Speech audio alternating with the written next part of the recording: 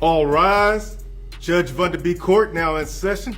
Judge, this is case number JVB 1001, Cooper versus Johnson. Thank you. You all may be seated. Okay, Mr. Cooper, you brought this case before the court. What's going on? Yes, Your Honor. I brought this case to court because I'd like to put myself on child support. I'd like to see my kid. How often do you hear about someone begging to be put on child support? That's exactly what Mr. Cooper is doing, not to dodge responsibilities, but because it's the only way he can see his kids. From the start, this case takes a wild turn. Most people run from child support. Mr. Cooper is running toward it. There's clearly more beneath the surface here. Is this about justice, or revenge in disguise? One thing's for sure, when a parent willingly signs up for financial obligations just to gain basic access to their children, it screams desperation, and maybe something darker happening behind the scenes. More often. So you're putting yourself on child support to see your kids more often? Yes, Amanda Johnson, my ex, has made it difficult lately for me to see my kids. I thought that if I was on child support, it might be easier to have some kind of scheduled time that I can actually see my children. Okay, when you say she's been making it difficult lately, what types of things has she been doing? She's been rescheduling when I come to pick them up. She's said that she's too busy and that I can't hang out with them on the weekends. She's just generally made it tough for me to see my kids. Okay. Why have you made it tough for him to see his kids? Your Honor, my ex-boyfriend has a new girlfriend and I do not like her. I do not like her being around my children. I think she's a terrible influence on my kids. And I know that if I give them more time with him, it's going to be with him. Now buckle up, because here comes the real reason behind the drama. Amanda admits she's keeping the kids away not because of danger, abuse, or neglect, but because she doesn't like her ex's new fiancé. Seriously. That's it. They've only been engaged for 3 months, but Amanda's already decided she's unfit to be around the kids. This isn't co-parenting, it's emotional sabotage. So, is this about protection, or plain old jealousy? You tell me. And her, and I do not approve of that whatsoever. Okay, so you're mad because he doesn't want to be with you and moved on? That's what you're saying? No, I'm mad because he has only been dating this woman for 3 months. Now suddenly they're engaged. I think she's a terrible person and I don't want my children to be around her. This is about the well-being of my children. This is about the well-being of your children, but you don't like her. Do you even know her? I have met her one It's time. a yes or a no. Have you even met her before? Technically, yes, I have met her before. Okay, so you met her one time. I know people who are friends with her. I've seen her. You know, on I'm not social going to do this media. tap dancing back and forth with you. You're going to answer my question when it's very direct. So you've met her one time. Yes, ma'am. And based on that one time of meeting her, you believe she's a bad influence on your children? Yes, I do. Yeah, no, we're not doing that today. And here's where things get spicy.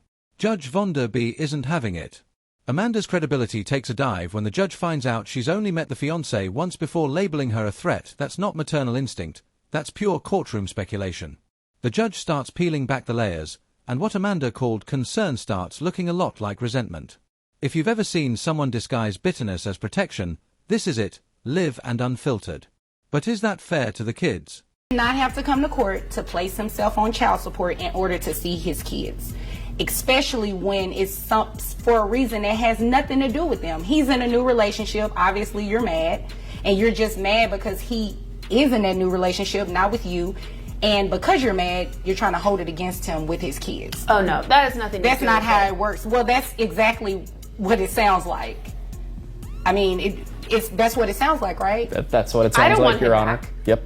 I don't want to be with him at all. No, you don't want him back. You just don't want him to be with anyone else. Thank you, Your Honor. That's what it is. I mean, that's what it sounds like. And you can roll your eyes and everything. You know, that doesn't bother me one bit because I can do it too. So, we're going to go ahead and start child support today. You are going to allow him to see the children. It's not a what if, I don't like her, she's a bad influence. It has nothing to do with that. You're going to allow him to see his children.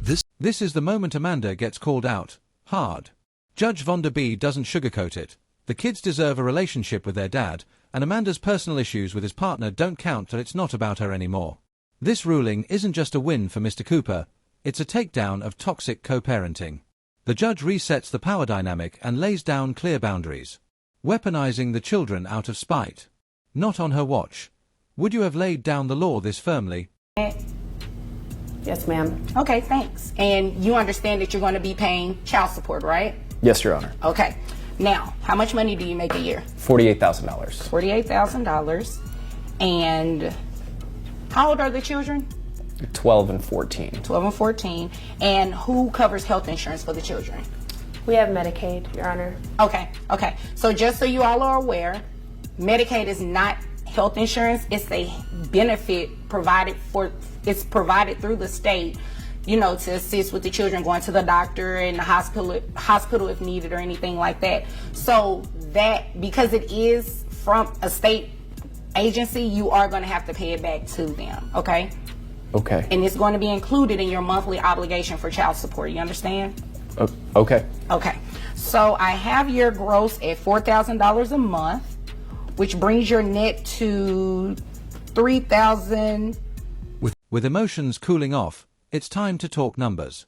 Mr. Cooper earns $48,000 a year, and now the court calculates how much he'll be paying in child support.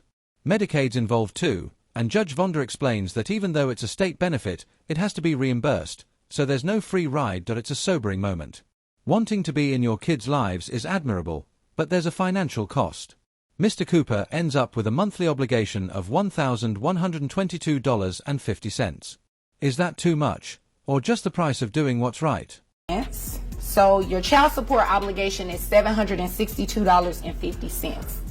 In addition to the Medicaid. So what happens is I have to take 9% of your gross, and that's the amount that you would pay back for Medicaid. That's what the law says has to be done. So 9% of $4,000 gives me $360. So when you add the two together, comes out to $1,122.50 a month. Now, if you were to enroll the children into private health insurance, which I'm sure you can find something a lot cheaper than $360, your child support amount would go down. Okay. Okay, so you have the option to do that. If you have private insurance through your employer, or if you want to enroll the children under something outside of your employer, you can do that. Okay. Okay, does that make sense? It does. Okay. All right. Do you all have any other questions for me? No, Your Honor. No, Your Honor. Okay. Well, if there's nothing further, you all are dismissed. Thank you. Thank you. You're welcome. Judge Vonda B wraps it all up with a rare moment of empowerment. She offers Mr. Cooper a way to lower his payments through private insurance, a reminder that this isn't just about child support, it's about making informed choices. As the case closes, there's a clear shift. Amanda's control has been checked, and Mr. Cooper walks out with legal rights and clarity. If this case left you speechless too, don't forget to like, subscribe, and drop a comment. What would you have done differently?